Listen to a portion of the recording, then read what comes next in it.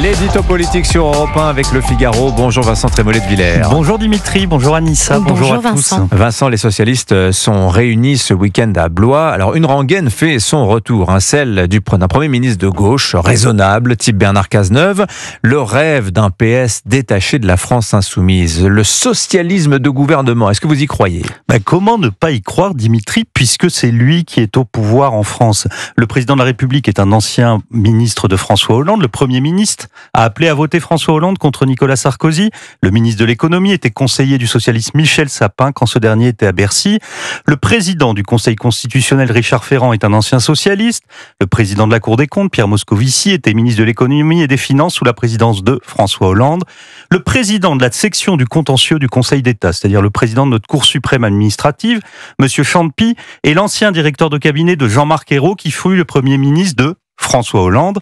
Le président du CESE, Monsieur Baudet, est ouvertement de gauche et celui de l'Arcom, Martin Hadjari, était directeur de cabinet d'Aurélie Filippetti quand elle était ministre de la Culture de François Hollande. Et si l'on descend d'un étage dans la haute administration, on retrouve depuis 2017 une suite impressionnante de nominations de socialistes à des postes clés de l'État français.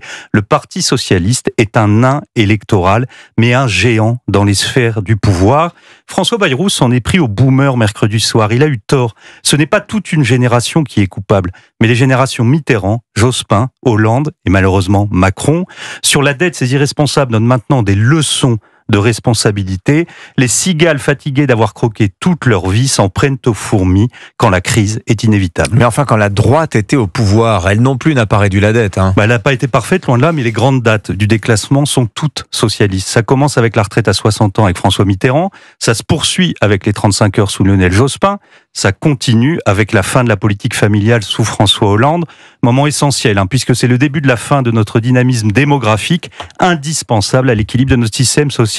Et ça s'achève avec le poison du quoi qu'il en coûte qui s'est répandu sous Emmanuel Macron. Le confinement remboursé par la sécurité sociale a été l'application grandeur nature du salaire universel défendu par Benoît Hamon.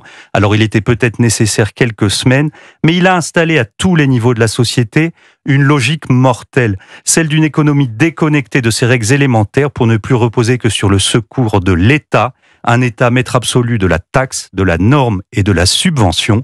On peut appeler cela le socialisme. Ce socialisme de gouvernement, pourtant, il est considéré par la France insoumise et les écologistes comme menant une politique de droite, Vincent. Emmanuel Macron a aussi, au début de son premier mandat, reconnaissons-le, mené une politique favorable aux entreprises.